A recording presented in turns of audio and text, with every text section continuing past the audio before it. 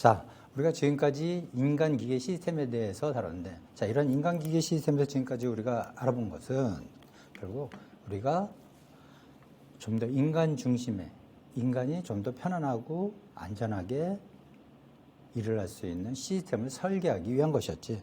자, 그러면 이렇게 설계한 시스템이 과연 앞으로 잘 설계된 것인지, 혹은 뭐 더 개선할 점은 없는지 하는 것을 찾으려면 어떻게 해야 되나?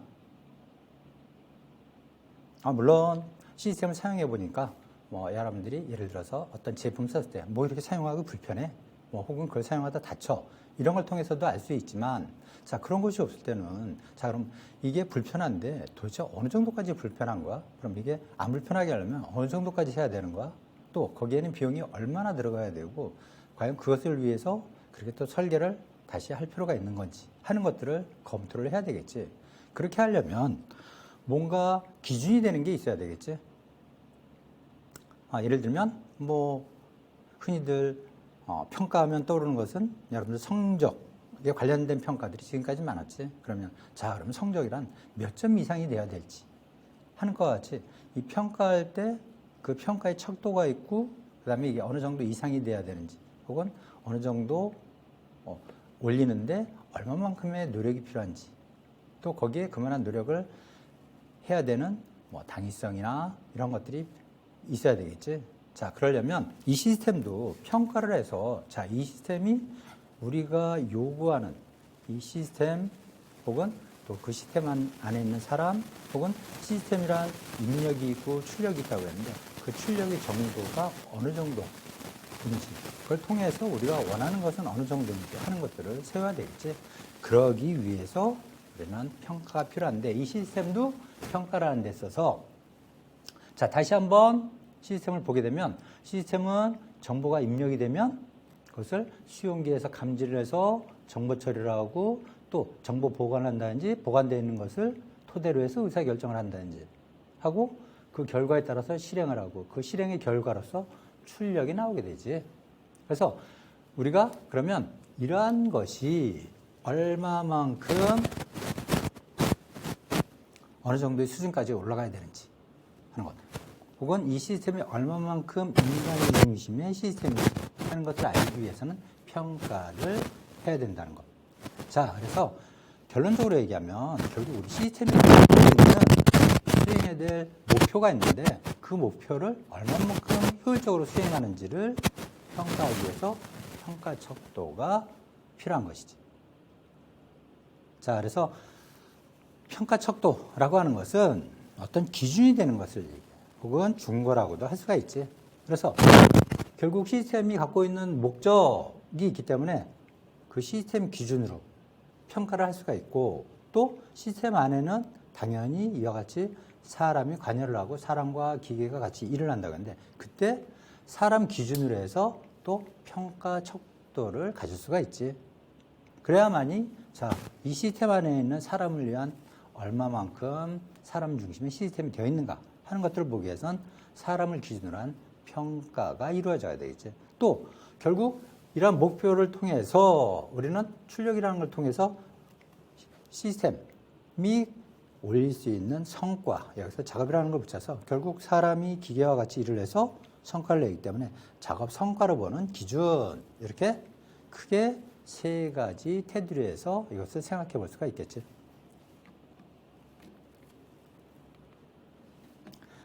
자, 그럼 시스템 기준으로 하는 시스템 척도를 보면은, 자, 시스템은 원래 의도하는 게 있었겠지.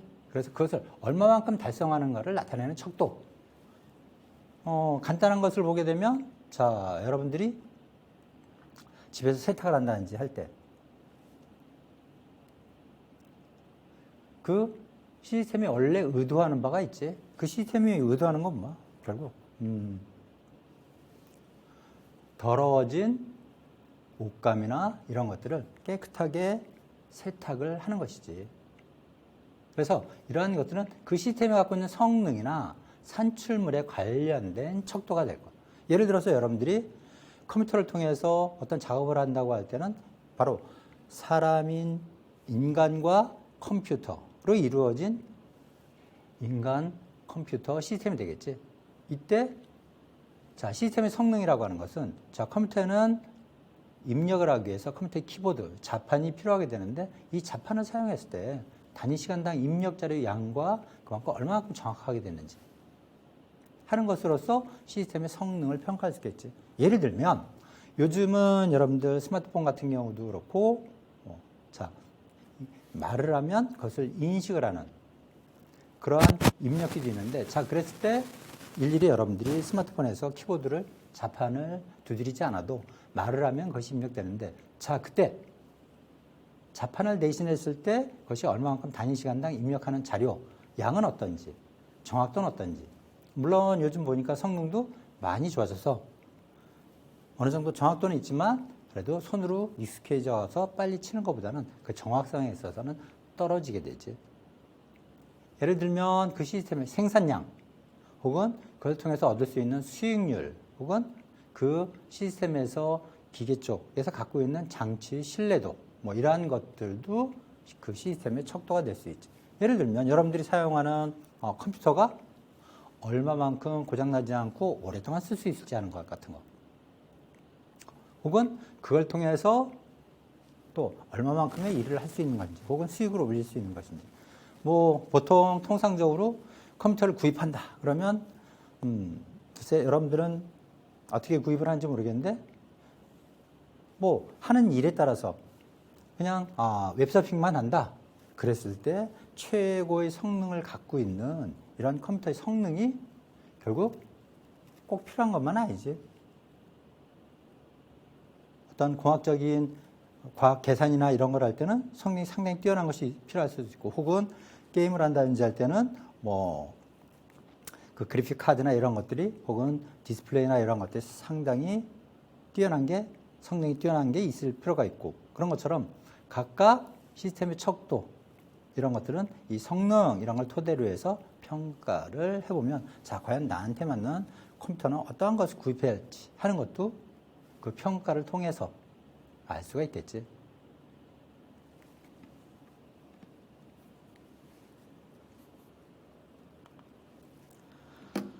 자, 하나는 이 시스템을 통해서 일을 했을 때 얼마만큼 수행이 되었는가는 과업 수행 척도라고 할 수가 있는데 이것은 출력량으로서 이것을 볼 수가 있어. 예를 들면 뭐 어떤 컴퓨터를 통해서 어떤 암호를 해독하는 일을 했다 그럴 때 해독한 암호의 수 혹은 여러분들이 어떤 삽이나 뭐 이런 거로 흙을 운반한다는 할 때 운반한 흙의 양 물론 이런 것들은 그냥 많은 시간을 하면 그만큼 많은 양을 구할 수가 있겠지. 그래서 그렇게 하기보다는 단위 시간당의 출력량으로서 이것을 평가를 하게 돼. 단위 시간당이라고 하면 정해진 시간 동안 예를 들어서 1시간에 얼마만큼 혹은 하루에 얼마만큼의 출력이 가능했는가 혹은 운반을 얼마나 했느냐 혹은 일을 얼마나 해서 성과로 나온 것이 얼마냐 하는 것. 자, 단순히 양만 많은 것이 아니고 그 출력의 질을 갖고도 평가할 수가 있지.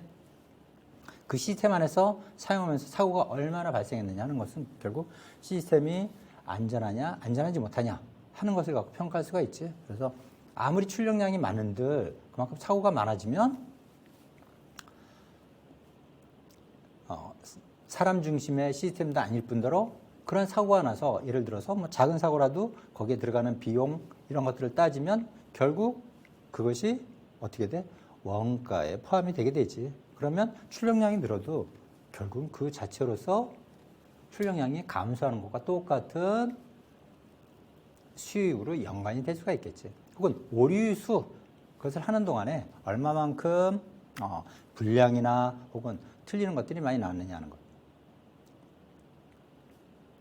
혹은 이 목적 경로와의 편차 이것은 무슨 얘기냐면 목적 경로와의 편차라고 하는 것은 간단히 생각해 보면 여러분들이 뭐 게임을 해본 친구들은 알겠지만 예를 들어서 뭐 자동차를 갖고 레이싱을 하는 그러한 것을 한다든지 혹은 뭘 추적하는 걸 한다든지 할 때 가고자 하는 경로와의 편차가 얼마만큼 생기냐 하는 것으로서 예를 들면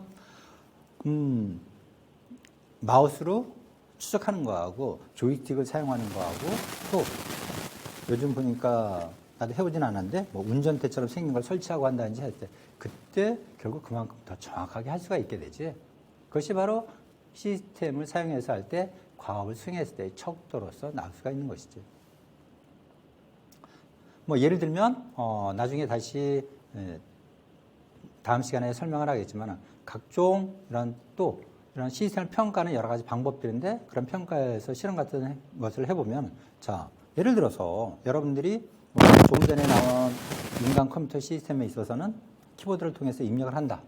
혹은 구두로서 이것을 음성인식으로서 입력을 한다. 그랬을 때 오류의 수가 얼마만큼 나냐. 키보드로 해서 하더라도 뭐 사람이기 때문에 익숙해져 있고 아무리 빠르다 그래도 가끔 오자, 탈자 이런 것들이 나오게 되지.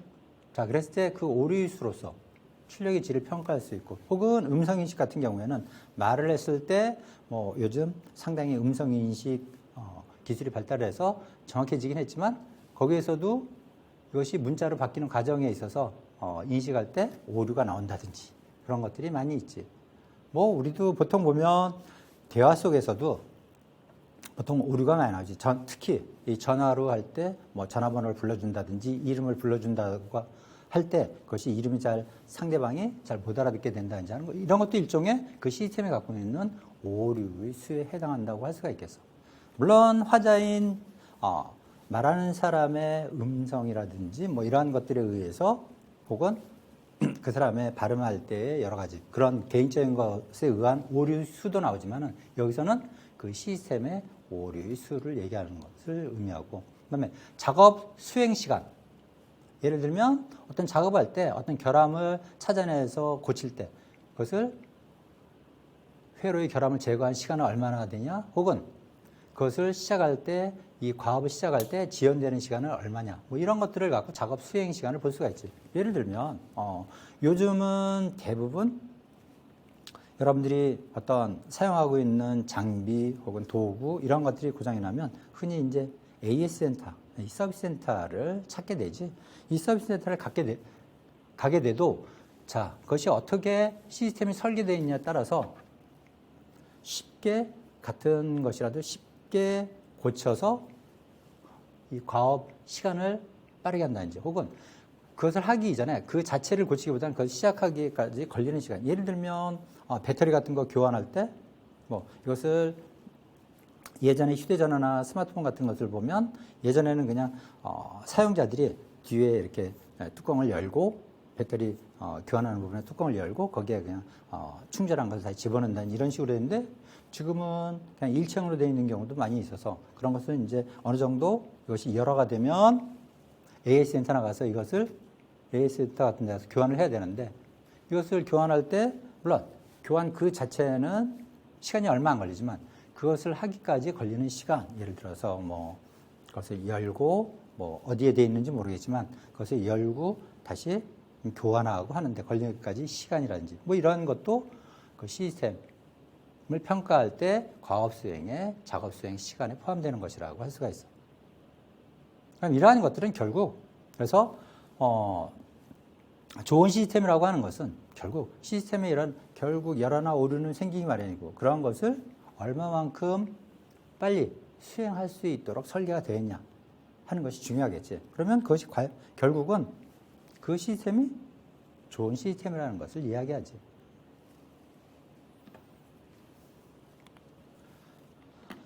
자, 이제 하나는 그 안에 있는 사람에 대한 평가를 통해서 시스템을 평가하고 물론 사람도 그 시스템 안에 한 요소가 될 수 있고 예를 들어서 사람과 컴퓨터로 이루어진 시스템을 한다고 하면 이 컴퓨터도 그 시스템의 요소고 사람도 그 시스템의 요소로 보게 되는 것이지. 그래서 또 중요한 것은 어쨌든 사람과 관련된 시스템들 뭐 부인이고 사람과 전혀 관계없는 시스템 같으면 그래도 그나마 좀 괜찮지만은 사람과 관련이 있다 하게 되면 근데 이 사람과 관련 없는 시스템이라고 하는 것은 있을 수가 없지. 아무리 자동화되고 뭐가 되든 그 자동화된 시스템을 예를 들어서 감시하고 그것을 또 최종적으로 그것을 관리하고 하는 것은 사람의 몫이기 때문에 어쨌든 그 안에 시스템에는 사람이 들어가기 마련인데 그리고 그 사람과 관련 없는 시스템은 사람이 만들 필요도 없는 것이지. 그래서 그 사람에 대한 평가가 상당히 중요한 것은 어쨌든 지금까지 여러분들이 배운 것처럼 시스템은 바로 사람 중심, 휴먼 오리엔티드된 시스템이어야 되는데, 자, 그때 사람을 평가함으로써 그 시스템이 얼마만큼 사람 중심의 시스템인가 하는 것을 평가할 수가 있겠지. 그래서 사람이 그 안에서 기계와 같이 일을 하기 때문에 시스템 안에서, 그러면 인간의 수행도, 퍼포먼스는 어떻게 되는가 하는 걸 갖고 평가를 해볼 수가 있겠지. 예를 들면 조금 전에 설명했던 키보드와 관련된 이 컴퓨터의 자판을 사용해서 작업을 할 때 빈도적 키를 누른 수 1분간에 얼마를 누를 수 있냐. 물론 사람에 따라서 얼마나 숙련됐냐에 따라서 달라지겠지만 또 그 키보드가 어떻게 설계되어 있냐에 따라서 더 같은 시간에 같은 사람이 작업을 하더라도 키를 조작하고 누르는 횟수 뭐 이러한 것들, 혹은 어떤 이것은 목표 검출수라는데 목표나 혹은 대상 이런 것들을 검출하는 이런 것으로 빈도를 척도할 수 있고, 강도 척도 같은 것은 예를 들면 어떤 핸들이 있는 것에는 혹은 손잡이가 꺼낼 때 거기에 그것을 조작하기 위해서 핸들에 발생시키는 힘이라고 하는데, 결국 핸들을 조작하기 위해서 인간이 사용한 힘 이런 걸 갖고 써야 돼요. 예를 들어서 뭐 지금 웬만한 자동차는 전부 그냥 간단히 큰 힘을 주지 않아도 뭐 유압식 이런 거로 돼 있어서 그냥 슬쩍 잡고 돌리기만 해도 잘 돌릴 수가 있는데, 예전에 그렇지 못한 한 20여 년 전만 해도 어떻게 돼? 전부 일일이 그냥 벨트로 이어져 있고 기어로 연결이 되어 있기 때문에 사람 손으로 일일이 돌려서 상당히 힘들고, 이것이 달릴 때는 그래도 마찰력이 적어지기 때문에 핸들 조작이 쉬운데, 예를 들어 주차하기 위해서 핸들을 돌린다든지 할 때는 엄청난 힘이 들어간다든지 하게 되지. 그런 것처럼 강도 척도, 예를 들어서 여러분들 항상 어딘가 출입을 할 때 사용하는 손잡이 같은 거, 이러한 것들도 힘이 얼마만큼 들어갈 수 있냐 하는 것. 그런데 이제 이런 게 문제가 되는 것은 결국, 자, 어른들은 충분히 사용할 수 있는 것도 그 출입문을 항상 어른만 사용하는 것이 아니고 뭐 노약자도 사용할 수 있다. 그렇게 되면 그 사람들이 쓸 수 있는 힘이라든지 이런 것에 의해 갖고도 결국 인간 중심으로 설계가 되느냐 안 되느냐 하는 것을 할 수가 있고, 또 그만큼 힘이 많이 들어가면 들어갈수록 결국 일을 하는 데 있어서도 금방 피로해진다든지, 혹은 손목이나 이런 데 무리한 힘이 발생해서 결국은 나중에 상해를 입는다든지 하게 되지. 또 지연성 척도, 이것은 반응 시간, 스위치 돌리는 시간, 이러한 것은 조금 전에 보았던 시스템에 있어서의 이런 지연 시간이나 이런 것이 아니고 결국 사람이 여기에 반응하기까지를 의미한 반응하는 시간이라고 할 수가 있어. 예를 들면 여러분들이 이렇게 인간 척도 해서 파란 글씨로 써져 있어서 쉽게 눈에 들어와서 인간 척도구나 하고 여러분들이 혹은 필기를 한다든지 할 수가 있지만, 이게 흰색에 가까운 색으로 되어 있어서 혹은 이게 노란색으로 되어 있다든지 하게 되면 구분이 잘 안 되면 반응하기까지 저게 인간이라고 써져 있는가 혹은 척도라고 써져 있는가 하고 반응하기까지 시간이 좀 걸릴 수가 있지. 이것은 결국 어떤 것? 시스템에 있어서 바로 입력하는 부분에 있어서 인간의 수용기와 관련되어 있는 것들이라고 할 수가 있지. 그리고 거기에 따라서 이제 스위치를 돌리기까지, 이것은 인간이 수용기를 통해서 입력된 정보를 받아들이고 정보 처리를 하고 실행에까지 걸리는 시간, 이런 것들로 볼 수가 있는 것이지. 또 지속성 척도는 추적 작업을 한다든지 할 때 이 목표물에 머무른 시간, 그래서 추적 작업을 할 때 시 대상 혹은 목표물에 머무른 시간이 어느 정도냐 따라서, 예를 들면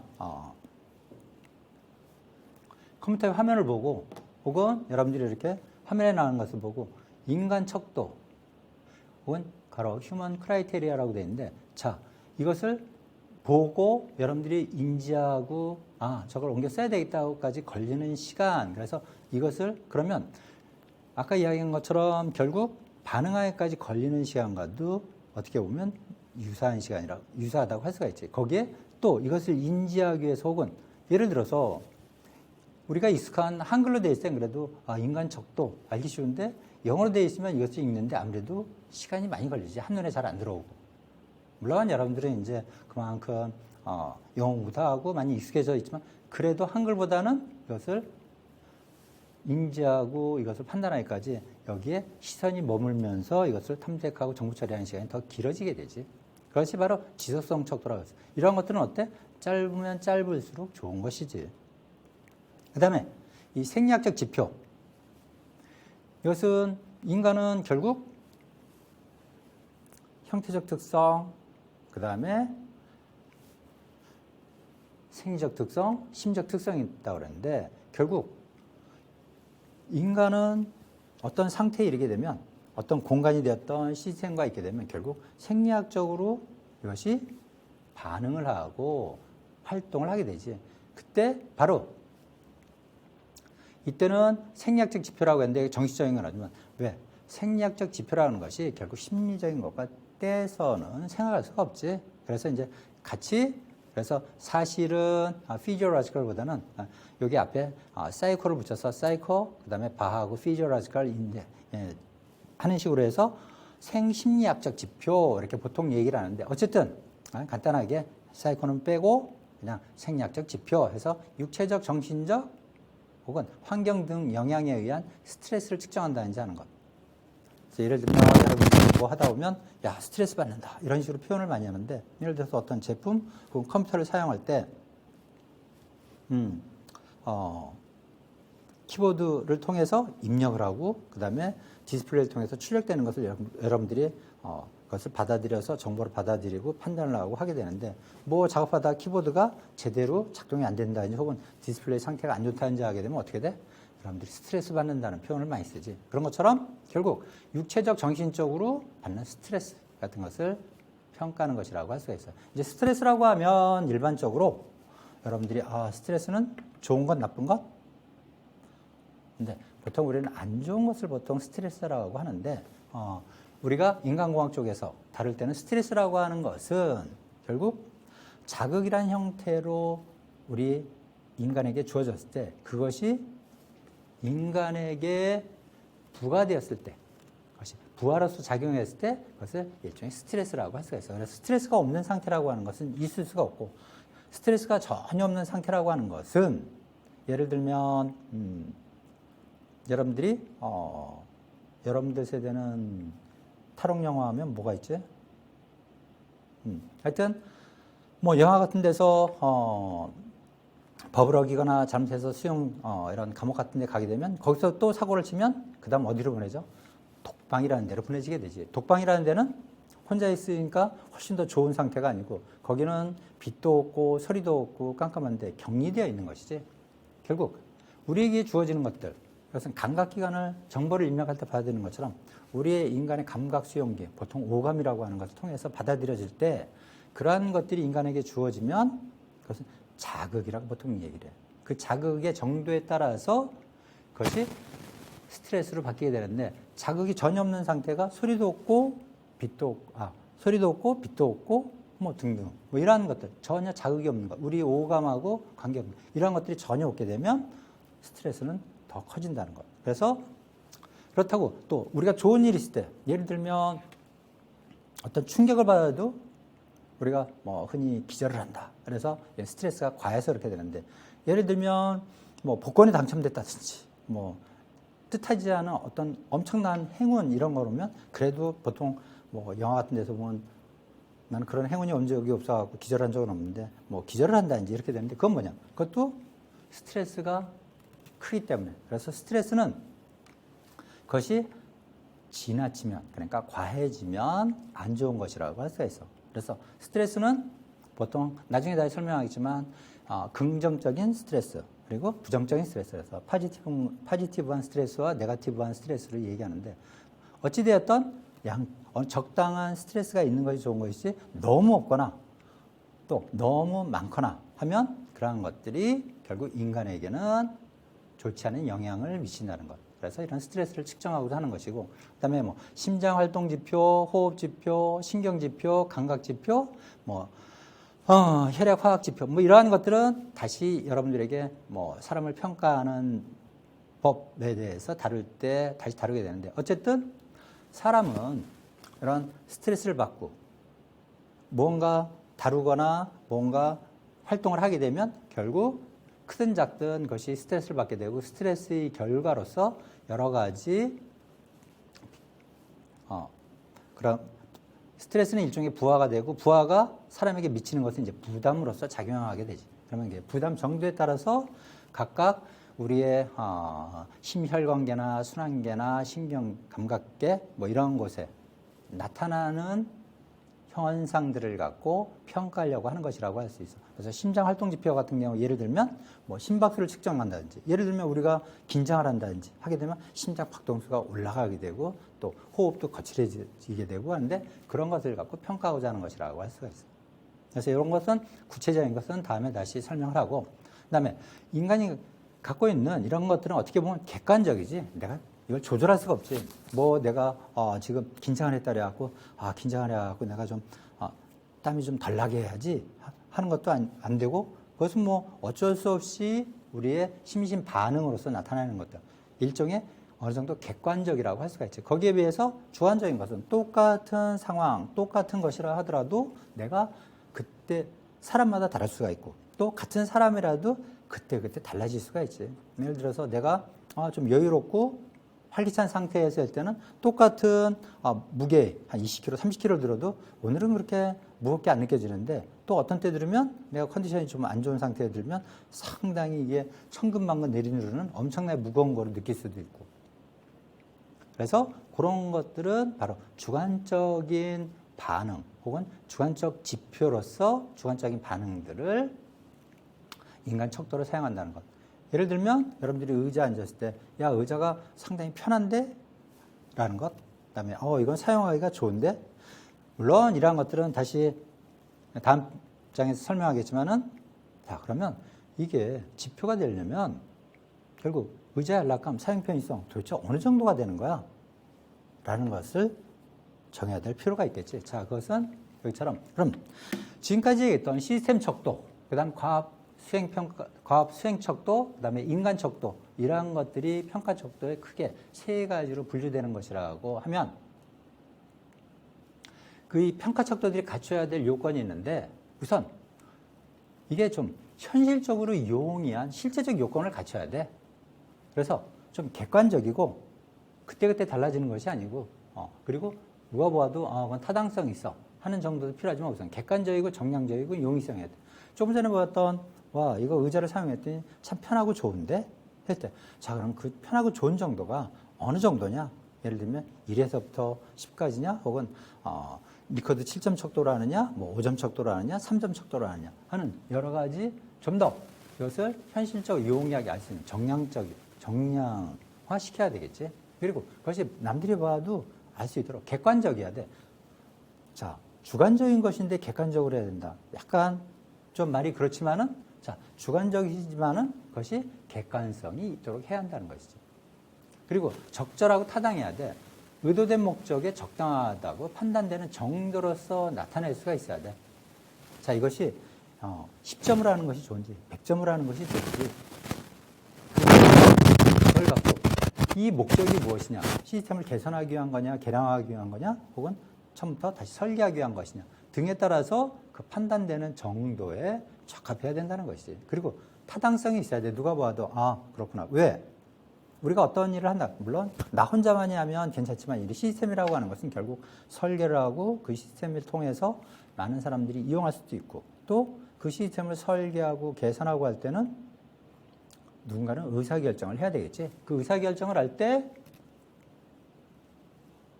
결국 타당성 있는 것을 갖고 결국은 설득을 해야 되겠지. 여러분들은 설계하는 사람이고 여러분들이 설계한 것을 허가하고 혹은 그것을 도입하고 하는 것은 의사결정을 갖고 있는 사람들이 하는 거지. 그때 결국 타당성을 갖고 적절한 것을 갖고 이것을 제시를 해야 되겠지. 예를 들면 이 시스템은 지금 60점 정도밖에 안 되는데 60점이라고 하는 것은 어떤 의미가 있고 그걸 통해서 최소한 80점까지는 끌어올려야 되고 그러기 위해서는 그 시스템을 어떤 식으로 개선해야 돼요. 그걸 통해서 정말 80점이 되면 그것이 적절하면서도 타당하게 인간을 위한 그래도 시스템으로 될 수 있다. 이런 것을 설명을 해야 되기 때문에 적절하고 타당성도 있어야 된다는 것. 또 신뢰성도 있어야 돼. 비슷한 환경에서 물론 굳이 실험뿐만 아니지만 평가했을 때 이건 실험이라는 용어를 썼는데 평가를 반복해도 일정한 결과가 나와야 돼. 그것이 바로 신뢰성 있는 것이지. 예를 들어서 오늘 평가했더니 시스템의 점수가 예를 들어서 60점이 나왔는데 내일 했더니 80점이 나와. 그 다음날 했더니 90점도 나오고 또 그 다음에 평가했더니 40점도 나오고 이게 도대체 뭐야? 물론 이제 조금 전에 다뤘던 것처럼 사람과 관련된 것. 사람은 여러분들 잘 아는 것처럼 이제 생리적 리듬을 갖고 있지. 그래서 바이오 리듬이라고도 이야기를 하는데, 자, 이 바이오 리듬이 혹은 우리가 가장 쉽게 알 수 있는 것은 이제 일주기 리듬이라는 것이에요. 사람이 해가 지고 뜨는 24시간의 주기를 갖고 있는 것인데, 우리도 주기를 갖고 있어서 저녁이 되면 좀 피곤하고 낮이 되면 좀 활기차지지. 왜? 인간은 그런 신체 리듬을 갖고 있으니까. 해가 없는 저녁에는 모든 신체 기능이 저조해지면서 쉬고 그다음에 그걸 통해서 다시 재충전해서 그 다음날 해가 뜨면 활동을 하면서 할 수 있도록 모든 신체 기능이 다시 해가 뜨기 시작하면서 활성화가 되고 하는데, 자, 그렇기 때문에 아까 이야기했던 예를 들어서 심혈관계를 통해서 평가하고자 한다 그러면 똑같은 일을 하더라도 아침에 하는 것하고 점심때 혹은 저녁에 하는 것하고 이 값이 달라지게 되지. 왜? 인간의 일주기 리즘에 따라 갖고 신체의 기능이 정도가 틀려지기 때문에.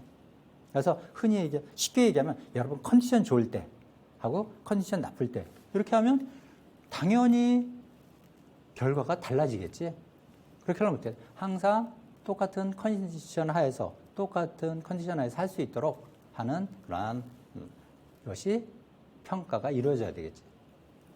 또 무오염성, 측정 변수에 다른 변수들의 영향을 받으면 안 돼. 다시 이런 변수에 대해서는 다음 시간에 다시 설명을 하겠지만은, 예를 들어서 측정하고자 하는 것 외에 다른 것들에 의해서 영향을 받으면 결국 그 시스템을 평가하는데 제대로 된 평가가 안 되겠지. 예를 들어서 그 시스템을 평가하는데 그 시스템 외적인 것에 의해서 영향을 받아서 점수가 나온다면 그 시스템이 점수가 원래 시스템이 안 좋아서 60점인 거야? 아니면 다른 요인에서 원래는 좋은 건데 다른 요인에 의해서 60점이 되는 거야? 라고 알 수가 없겠지. 안 되기 때문에 그래서 실험 설계를 할 때 혹은 평가를 할 때 측정 변수와 다른 변수들의 영향을 받으면 안 되는 무오염성 있는 척도를 선정을 해야 한다는 것. 또 측정의 민감도, 기대되는 차이에 적합한 정도의 단위로 측정 가능해야 해. 이건 무슨 얘기냐면 자, 예를 들어서 이것이 그냥 100점 만점으로 해갖고 시스템을 평가하는 것이, 자, 100점 만점에서 평가하는 것이 60점에서 70점 사이에 10점하고 80점에서 90점하고 10점하고 또 30점에서 40점에 10점, 이것이 같은 의미를 갖는 민감도가 있어야 된다는 것을 의미하지. 뭐 30, 40점대에서는 60점 이하에서는 이게 뭐 점수가 뭐 그냥 고물처럼 20점이 될 수도 있고 그 차이가 이런데 또 위로 갈수록 작아진다. 이건 뭐 그러면 전체적인 측정의 민감도가 좋지 않다고 할 수 있죠. 그렇게 되면 과연 그 우리가 평가해서 이것이 60점이다 80점이다 했을 때 그 점수가 갖는 의미를 갖고 우리가 어떤 결정을 하거나 판단을 하기가 어려워지지. 그래서 평가 척도는 중요한 것은 이러한 요건들을 갖추고 있어야 한다는 것. 그래서 사람, 시스템 혹은 그 결과로서 시스템에서 나오는 작업의 성과 이런 걸 평가하더라도 그 평가 척도는 이러한 기본적인 요건을 갖추고 있어야 한다는 것. 자, 이렇게 해서 이번 시간에는 인간기계 시스템, 그리고 인간기계 시스템은 어떠한 형태의 것이 있는지 혹은 그걸 통해서 우리가 설계를 한다고 할 때 어떤 식으로 설계를 해야 될지, 또 그 설계, 개선 등을 위해서 시스템을 평가하기 위해선 어떻게 해야 되는지 하는 이러한 것들을 다뤘는데, 자, 다시 한번 여러분들이 이 강의 내용을 잘 생각해보고 또 궁금한 사항이 있으면 이 캠퍼스에 질문을 하도록. 자, 오늘은 여기까지. 수고했어.